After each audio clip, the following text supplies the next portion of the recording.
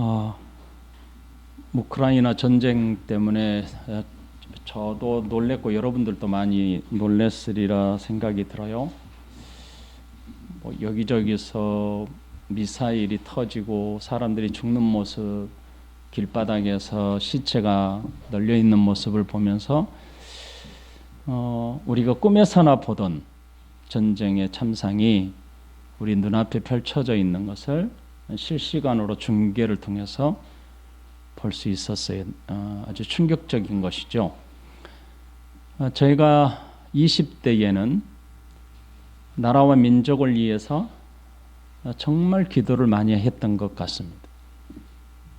그때는 멸공, 반공이 우리 인생의 80%를 차지했어요. 학교에서도 멸공, 반공을 배우고 길거리 다니면 온갖 빨간색, 북한에 대한 수많은 아주 입에 담기 어려운 선동 문구들이 우리 눈을 지배했어요. 그래서 북한은 거의 뿔 달린 괴물처럼 여기고 살았어요. 그래서 어떻게 하면 북한을 거의 이 세상에서 멸절시켜야 하는가, 그런 존재로 알고 살았죠.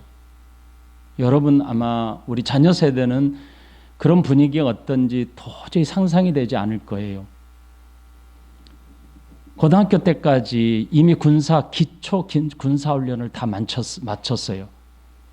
여자들은 전쟁이 나면 바로 간호할 수 있는, 그래서 전쟁에 나가서 바로 병사들을 치료할 수 있는 준비를 다 끝냈어요. 붕대도 다 가방에 들고 다녔죠. 모든 게 다 준비해서 항상 전시체제에서 저희가 교육을 받고 그렇게 살았어요. 그래서 한 달에 한 번씩 사이렌이 울리면 방공훈련 연습을 하고 지하로 숨어 들어가고, 예비군들은 총 들고 길거리에 가서 다 지키고, 이런 시대를 살아왔어요. 그래서 저는 전쟁 세대가 아닙니다. 전쟁을 경험한 세대가 아니에요. 저희 부모님이 전쟁을 경험한 세대죠. 그럼에도 불구하고 전쟁에 대한 위험, 전쟁에 대한 잔인스러움을 계속해서 듣고 배웠기 때문에 전쟁이 무서웠고, 전쟁이 한반도에 우리나라에 일어나면 안 된다는 아주 절대적인 생각 때문에 기도를 많이 했습니다. 그런데 지금은 우리 대한민국이 이렇게 부강한 나라가 되었고, 세계에서 그 누구도 넘나볼 수 없는 부강한 나라가 되어서 밖으로는 평화가 이루어지는 것처럼 느껴지죠. 하지만 사실은 언제든지 아직도 휴전 상태에 있는 북한과의 관계가 총 한 방으로 전쟁이 일어날 수 있는 항상 그 위기에 처해 있습니다. 그러므로 우크라이나 사태를 보면서 하나님께서 이 민족을 불쌍히 여겨주시지 않으면 안 된다. 저와 여러분들은 잘 알 거예요. 우리나라 지정학 위치를 보면 사방으로 이 나라가 뻗어나갈 수 있는 공간이 하나도 없잖아요. 하늘로도 바다로도 육지로도 갈 데가 없잖아요. 그럼에도 불구하고 경제적으로 전 세계 10위권을 차지한다는 것은 하나님의 역사 아니면 도저히 상상할 수 없는 것이죠. 하나님이 그동안 민족을 위해서 기도했던 수많은 기도들, 눈물 흘린 우리 선진들의 눈물로 인해서 나라가 지금까지 지켜옴을 받은 것 같습니다. 아무튼 여러분들이 이번 한 주간도 우크라이나 전쟁이 속히 종식되도록 기도해 주시고, 더불어서 우리나라를 위해서도 함께 기도함으로 더 이상 아픔이 없는 나라가 되도록 기도해 주셨으면 고맙겠습니다. 오늘 본문은 시간적으로 두 시간적인 배경을 가지고 있어요. 하나는 이미 세례 요한이 죽었다는 시간입니다. 그러니까 예수 그리스도께서 공생의 사역을 시작할 때 이미 마가복음에서는 세례 요한이 옥에 갇혔다, 이렇게 말씀해 주셨고, 그 옥에 갇힌 세례 요한이 예수님의 사역 중간에 이미 처형을 당했다, 이렇게 시간적으로 오늘 본문에서 알려주고 있습니다. 그리고 또 하나는 예수님께서 지금 공생의 사역을 진행해 가심에 있어서 사람들은 예수님을 어떻게 인식하고 있는지에 대한 시간입니다. 예수님은 점차 이제 얼마 남지 않는 십자가의 죽음의 사건이 임박해 가고 있음을 예수님이 알고 계시기 때문에 제자들을 전도대로 파송하고 복음을 외치도록 했어요. 그런데 그 복음을 받는 사람들 사이에 예수님의 인식, 예수님에 대한 인식이 점차 바뀌어져 가고 있는 시간입니다. 이 두 가지 시간, 현재 진행형과 과거의 사건, 이 두 가지를 오늘 본문에서 기록되고 있습니다. 세례 요한의 죽음은 그러므로 예수님이 제자들을 파송하기 이전에 이미 지나간 사건이었습니다. 이미 순교한 세례 요한의 사건, 이 죽음의 사건을 왜 본문에서 지나간 사건을 끄집어 와서 제자들이 예수님의 권위와 예수님의 복음을 위탁받고 나가서 전파하던 그 중간에 가서 병든 자를 고치고 귀신을 내어 쫓더라, 그리고 예수님께 보고하기 그 중간에 이 사건을 배열했을까? 그것은 바로 이미 세례 요한이 순교를 당했음에도 불구하고 이 사건을 거론한 이유가 분명히 있었습니다. 우리가 지난주에 잠깐 그 이유를 함께 나눴었습니다. 예수님의 제자들은 예수님의 명하신 대로 저들은 나가서 최선을 다해서 복음을 전했습니다. 제자들이 전하는 복음에는 말 그 자체가 아니라 실제적으로 큰 능력이 나타났습니다. 저들이 전하는 예수 그리스도와 그에 따르는 능력이 동반적으로 나타났습니다. 그것은 바로 하나님의 통치가 임했고 하나님의 통치가 이루어지고 있음을 증거하고 확증했던 것입니다. 제자들이 가서 복음을 전하는 곳마다, 복음이 전파되는 곳마다 병든 자가 치료됐습니다. 그리고 귀신이 쫓겨났습니다. 이 사실은 예수님의 이 권위를 위탁받은 제자들이 예수님의 명대로 성공적으로 사역을 진행했었다, 이것을 보여주는 겁니다. 제자들은 자신들의 능력이 아니라 예수님이 주신 권위, 예수님이 부탁하신 그 명을 받아서 사역을 수행할 때 제자들의 능력으로 이 사역을 수행한 게 아니고 예수 그리스도께서 명하신 대로 했더니 그 명하신 예수님의 말씀이 제자들이 나가서 전하는 그 현장에 그대로 나타났다는 겁니다. 이것은 장차 제자들이 성공적인 사역을 감당함에 있어서 제자들의 능력이 아니라 앞으로 제자들, 12사도 아닙니까? 12사도의 사역은, 12사도의 사역의 성공은 제자들에게 있는 것이 아니라 얼만큼 예수 그리스도를 의지하고 예수님이 명하신 말씀에 순종하느냐에 따라 달려있음을 보여준 것입니다. 이렇게 제자들이 나가서 복음을 외치자 갈릴리 전역에 그 사실이 소문으로 퍼졌습니다. 그 소문이 퍼지자 갈릴리 지역을 통치하고 있었던 헤롯 왕에까지 전해졌다고 오늘 본문은 기록합니다. 14절에 이에 예수의 이름이 드러난지라, 이렇게 표현하죠. 예수의 이름이 드러났다라고 기록합니다. 여러분, 사람들에게 예수님께서 행하신 일들을 통해서 예수님이 어떤 분인지가 드러나기 시작했다는 의미입니다. 예수님의 이름이 드러났다는 뜻은 단순히 나사렛 예수의 이름이 온 세상에 퍼졌다는 그런 의미가 아닙니다. 예수 그리스도의 이름이 드러났다는 뜻은 그분이 행하신 일들을 통해서 예수님의 존재가 어떠한지 사람들에게 드러났다는 겁니다. 예수님이 행하신 일들, 다시 말하면 귀신을 내어 쫓고 병든 자를 고쳤고 이런 기적과 이적을 행하시는 예수님의 일들이 중요하지 않는 게 아닙니다. 그 일들은 무엇을 확증하는 사건입니까? 하나님의 나라가 예수 그리스도를 통해서 임했고 통치되고 있다는 것을 확증하는 사건이죠. 그러므로 이것도 대단히 중요한 신학적 의미를 가지고 있습니다. 그런데 예수의 이름이 드러났다는 겁니다. 그 말은 예수님이 행하신 능력과 이적, 예수님이 행하신 치료의 행위, 귀신을 내어쫓는 행위가 예수님이 누구인지, 그분 행하시는 그분의 존재가 어떠한지를 사람들에게 퍼지고 있었더라. 이것을 의미합니다. 그러니까 예수의 이름이 드러났다는 것은 예수님의 존재 자체가 누구인지에 대해서 사람들이 관심을 기울이기 시작했다는 겁니다. 여기에 핵심이 있는 겁니다. 오늘 본문에.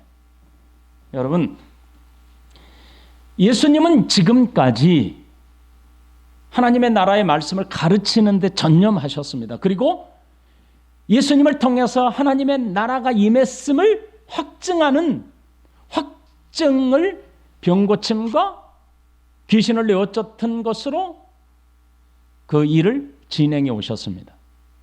사람들은 환호했습니다. 많은 병든 자들이 몰려왔습니다. 많은 귀신 들린 자들이 예수님께 찾아왔습니다. 무엇 때문에 찾아왔습니까? 예수님이 행하시는 기적과 이적을 보기 위해서 찾아왔습니다. 그러나 예수님이 누구인지, 예수님의 존재가 어떠한 분인지가 예수님은 대단히 중요한 것이죠. 이 일을 행하시는 분은 누구냐라는 것이죠. 이게 마가복음의 1장 1절에서 나타나는 거잖아요. 예수님이 누구인지가 드러났다는 것은 대단히 중요하죠. 자, 예수님의 제자들이 복음 전도를 위해서 사방으로 터져서 복음을 증거했습니다. 하나님의 거룩한 통치가 이루어졌음을 확증하는 귀신이 쫓기고 병든 자가 고침을 받았습니다. 사람들에게 알려졌습니다. 많은 사람들에게 알려졌습니다. 그런데 신기하게 그분이 행하신 일들이 알려진 게 아니고 그분의 이름이 드러났다는 것입니다. 이것은 그분의 존재. 지금 예수님이 사람들에게 관심이 예수님의 행하신 일들에 관심을 갖고 있다가 어느 순간부터는 예수님이 누구인가에 관심을 갖기 시작했다는 겁니다. 도대체 그분이 누구이길래, 예수가 누구이길래 이런 일을 행하는가에 대한 관심이 집중되고 있었다는 뜻입니다. 예수님에 대한 소문이 넓은 지역으로 퍼지기 시작했지요. 그 소문이 당시의 갈릴리 분봉왕이었던 헤롯 왕에게까지 들어갔습니다.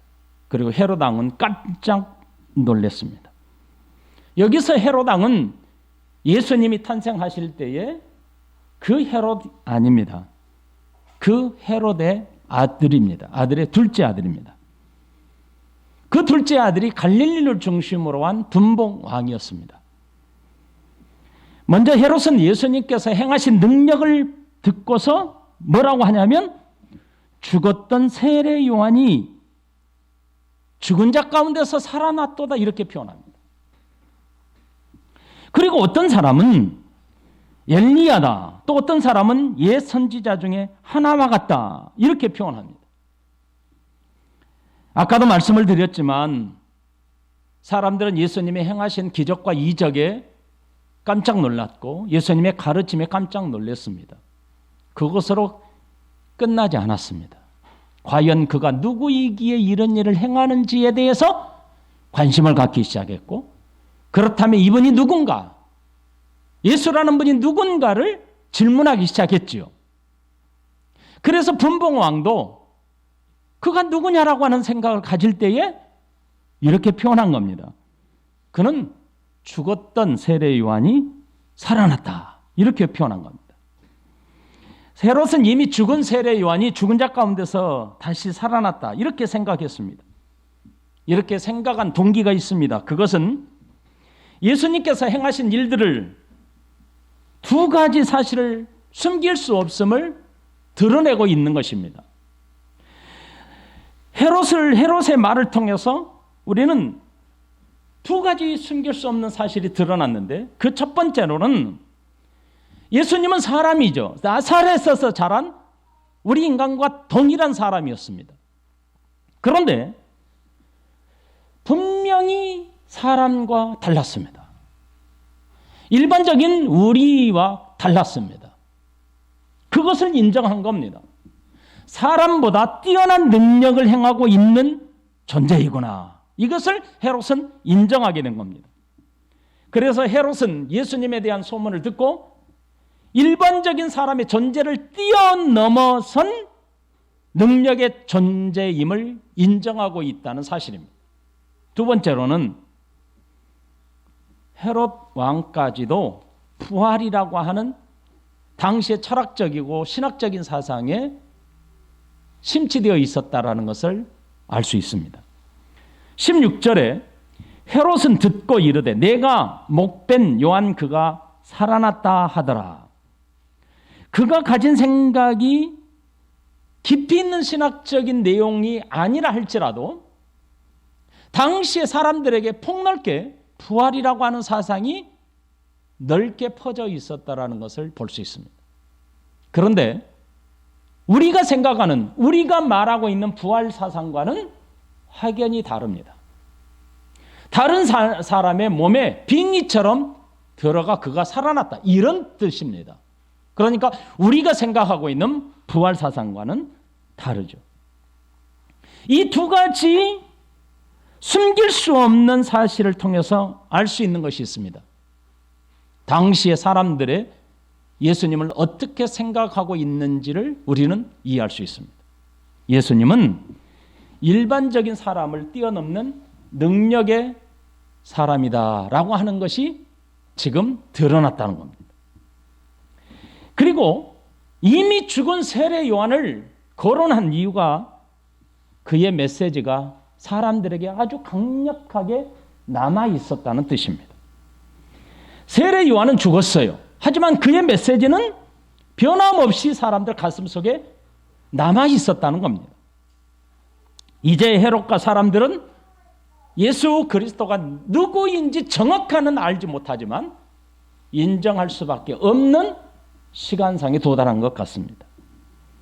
15절에 보면 어떤 이는 그가 엘리야라 하고 또 어떤 이는 그가 선지자니 옛 선지자 중에 하나와 같대 하되, 이렇게 말합니다. 헤롯 이외의 사람들은 뭐라고 말하냐면 이분은 엘리야다, 이분은 옛 선지자 중에 하나다, 이렇게 생각하고 있었다는 겁니다. 따라서 사람들이 예수님을 엘리야다, 옛 선지자 중에 하나다, 이렇게 생각한 이유가 있죠. 우리는 잘 알고 있습니다. 그것은 이사야 선지자와 말라기 선지자를 통해서 말씀하신 약속 때문입니다.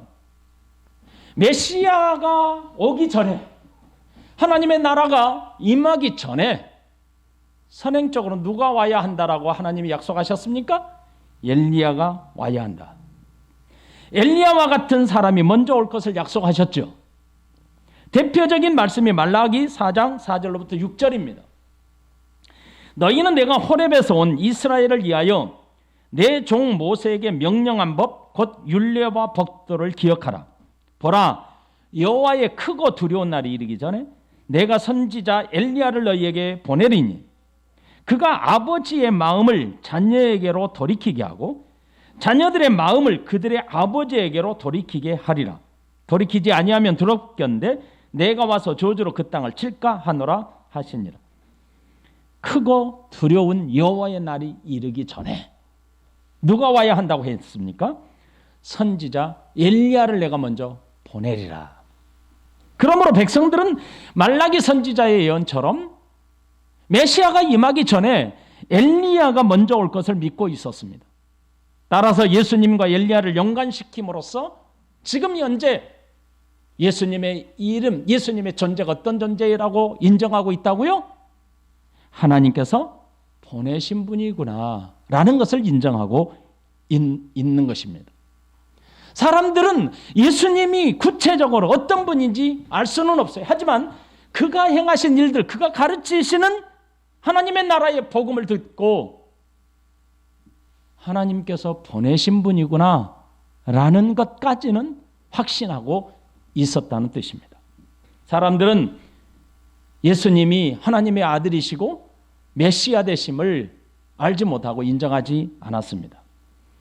성자 하나님께서 약속하신 대로 성육신하신 메시아임을 정확하게 저들은 아직까지 고백하지 못했고 알지 못했습니다. 하지만 사람들은 점차 예수 그리스도께서 행하신 일들을 바라보며 예수 그리스도께서 전파하신 하나님의 나라의 복음을 보면서 하나님으로부터 오신 분임을 점차 믿기 시작했다는 뜻입니다. 16절에 보면 헤롯은 듣고 이르되 내가 목벤 요한 그가 살아났다 하더라 라고 헤롯의 견해를 다시 한번 언급합니다. 그리고 17절부터 세례 요한의 사건이 본인에 의해서 저질러졌음을 증거하고 있습니다. 여러분 17절부터는 세례 요한이 헤롯에게 어떠한 과정을 거쳐서 죽임을 당했는지 자세하고 명확하게 기록하고 있죠. 17절에 보면 전에 헤롯이 자기 동생 빌립의 아내 헤로디아에게 장가든 고로 이 여자를 위하여 사람을 보내어 요한을 잡아 옥에 가두었으니 이 여자가 누굽니까? 이 여자를 위하여 세례 요한을 잡아다가 옥에 가두었다. 이렇게 표현한 이 여자가 헤로디아입니다. 헤롯은 세례 요한을 죽이기 전에 먼저 감옥에 그를 가두었습니다. 그가 세례 요한을 잡아 감옥에 가두게 된 동기가 오늘 본문에서 뭐라고 되어 있냐면 자신의 부정한 죄 때문이었다. 이렇게 표현합니다. 헤로디아와 이 헤롯이 결혼하게 된 것이 원인이었다. 이렇게 표현합니다. 헤롯은 헤로디아와 결혼했는데 헤로디아가 누굽니까? 자기 이복 형제 빌립의 아내였습니다. 그리고 자신의 조카였습니다. 헤롯은 이복 동생 아내와 결혼을 했는데 헤로디아가 역사 학자들에 의해서 보면 헤로디아는 이복 동생과 결혼하는데 적극적이었다고 말하고 있습니다. 그리고 이복 동생과 이 결혼한 이 헤로디아가 자신의 이 헤롯의 이복 동생 빌립과 이혼하고 누구한테 갔냐면 바로 헤롯과 결혼하게 됩니다. 그리고 헤롯과 결혼해서 헤롯의 아내 부인을 내쫓았습니다. 헤롯의 아내가 누굽니까? 다메섹에 정략적 결혼한 부인이었습니다. 이것으로 인해서 몇 년 후에 아주 큰 전쟁이 일어나게 됩니다. 그래서 유대인들에게 큰 어려움과 고통을 안겨주었던 사건으로 남습니다. 그런데 이 헤로디아는 오늘 본문의 말씀에 의하면 보통 여인이 아니에요. 아주 사악한 여인으로 기록하고 있어요. 평범한 여인이 결코 아니었음을 기록합니다. 세례 요한의 머리를 요구하는 아주 끔찍한 짓을 서슴지 않았던 여인으로 기록되고 있어요. 헤로디아로 인해 헤롯의 생일잔치 날에 그 끔찍한 일이 벌어지게 됩니다. 21절부터 읽어봅니다. 마침 기회가 좋은 날이 왔으니 곧 헤롯이 자기 생일에 대신들과 천부장들과 갈릴리의 귀인들로 더불어 잔치할세. 헤로디아의 딸이 친히 들어와 춤을 추어 헤롯과 그와 함께 앉은 자들을 기쁘게 한지라.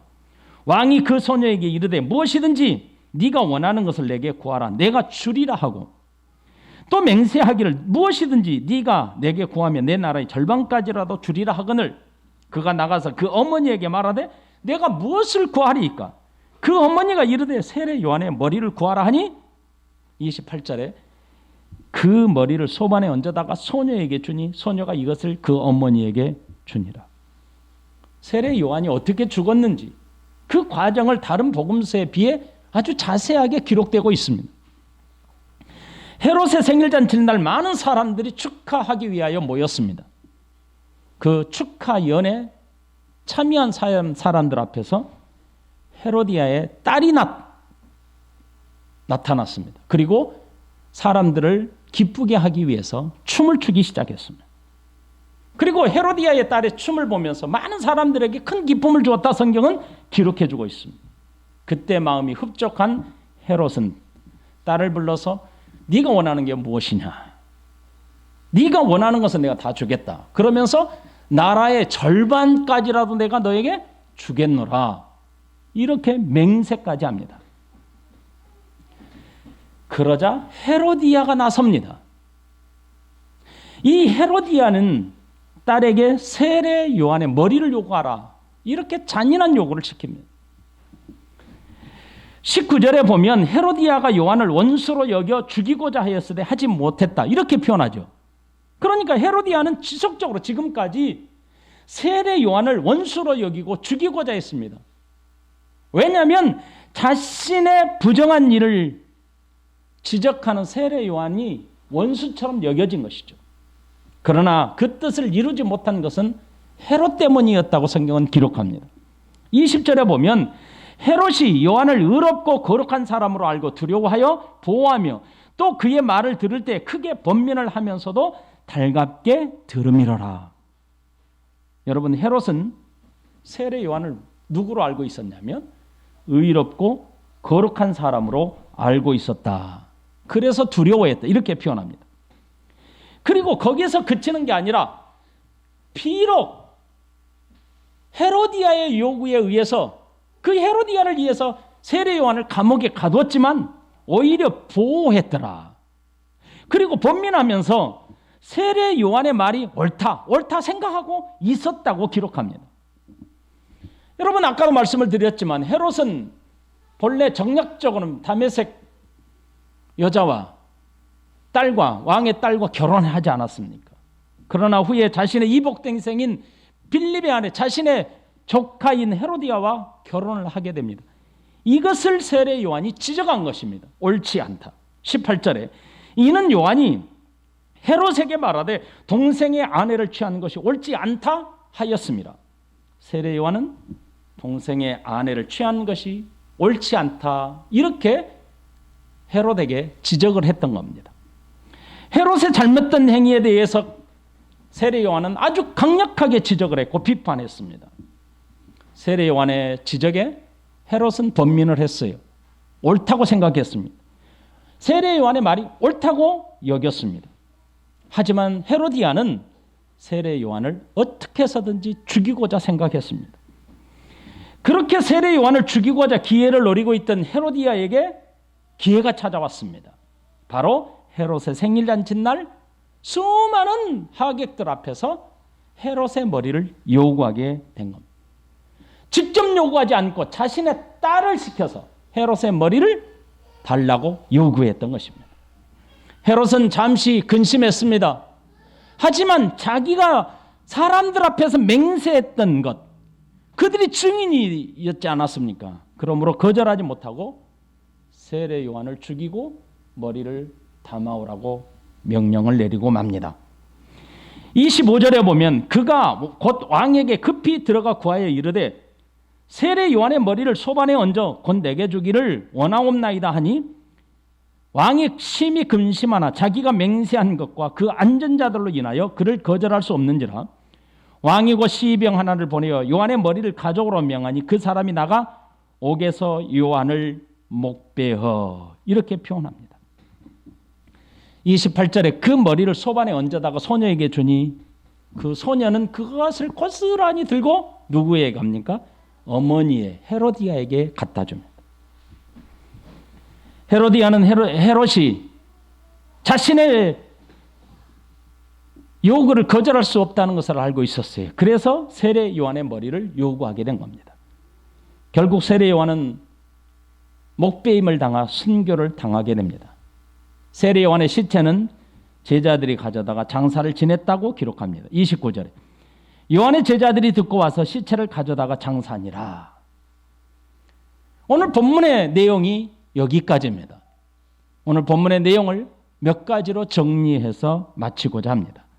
첫 번째, 세례 요한의 순교 사건은 예수님과 그의 제자들의 삶이 어떠할지를 보여주는 예표적 사건이 되었습니다. 세례 요한의 등장으로 예수님의 길을 열었던 놀라운 역사를 우리는 함께 나눴습니다. 그는 하나님께서 약속한 메시아의 길을 예비하라는 엘리야였습니다. 그리고 예수님의 죽음도 헤롯과 이 헤롯의 죽임을 당한 세례 요한과 아주 유사한 과정을 겪습니다.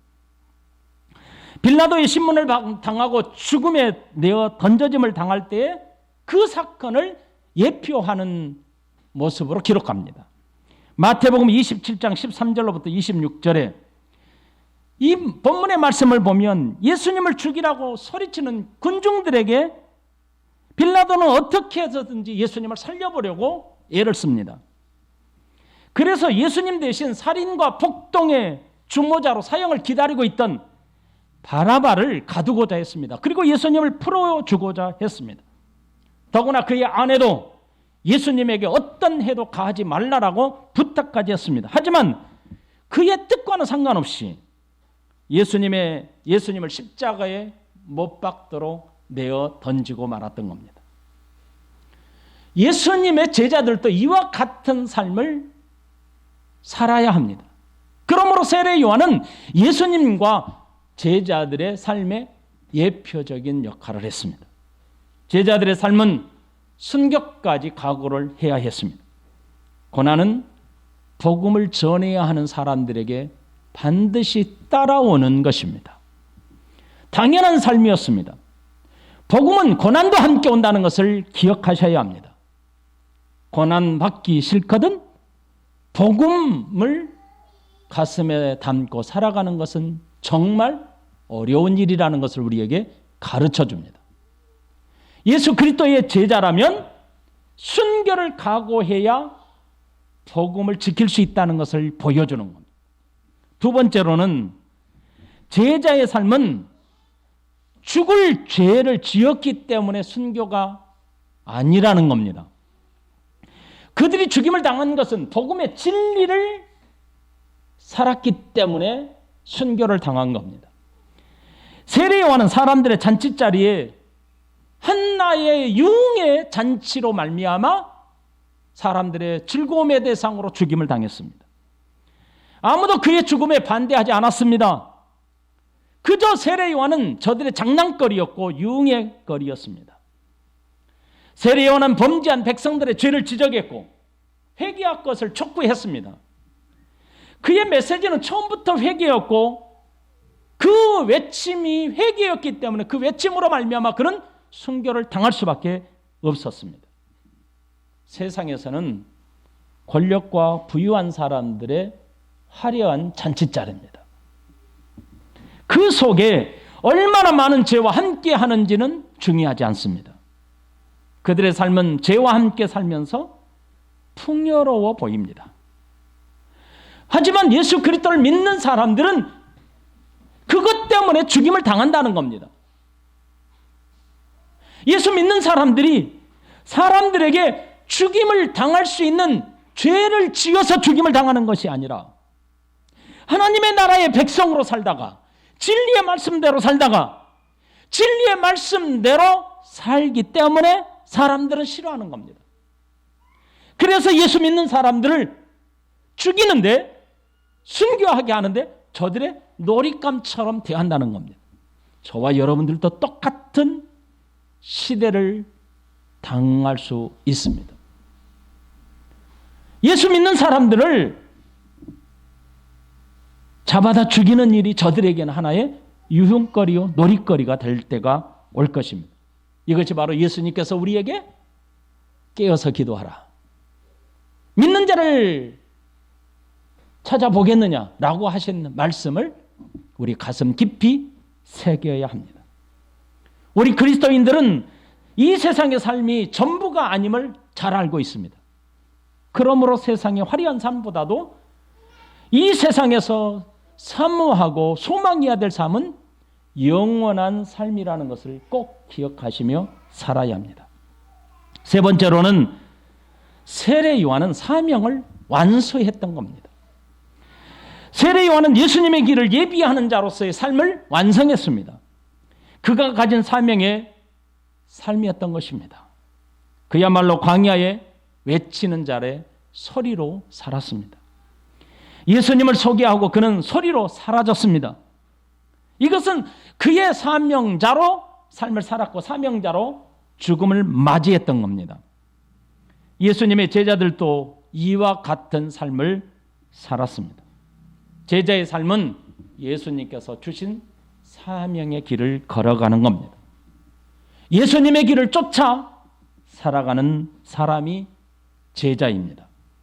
자기를 부인하고 심지어 십자가를 지고 살아야 하는 것이 제자의 삶입니다. 세상의 화려함보다는 우리에게 주신 영원한 생명을 쫓아 사는 것이 제자의 삶입니다. 여러분의 사명은 무엇입니까? 세례 요한의 삶은 예수 그리스도를 전하다, 길을 여는 자로서 소리로서 사는 것이 사명의 완성이었습니다. 우리도 언젠가는 하나님 나라에 서게 될 겁니다. 그 순간, 서게 되는 그 순간 나의 사명을 최선을 다해서 다하여 살아왔는지 우리 자신을 뒤돌아보셔야 합니다. 오늘 본문을 통해서 세 가지로 정리해드렸습니다. 첫째, 예수님도 제자들도 세례 요한의 삶은 예표적이었다. 그러므로 각오해야 합니다. 두 번째로, 제자의 삶은 죽을 죄목을 가졌기 때문에 죽임을 당하는 것이 아니라 복음을 전하다가 세상의 유흥거리, 놀이거리로 죽임을 당한다는 겁니다. 그러므로 이 세상에서 저와 여러분들은 영원한 삶을 사모하며 살아야 합니다. 세 번째로는 세례 요한이 사명을 완수하여 살았던 것처럼 저와 여러분들도 이 세상에서 예수 그리스도의 제자로서 예수님을 쫓고 예수님이 가신 그 길을 쫓고 하나님의 나라의 사명자로, 사명을 완수하는 자로 살아가는 은혜의 삶을 살아야 합니다. 같이 기도하십시다.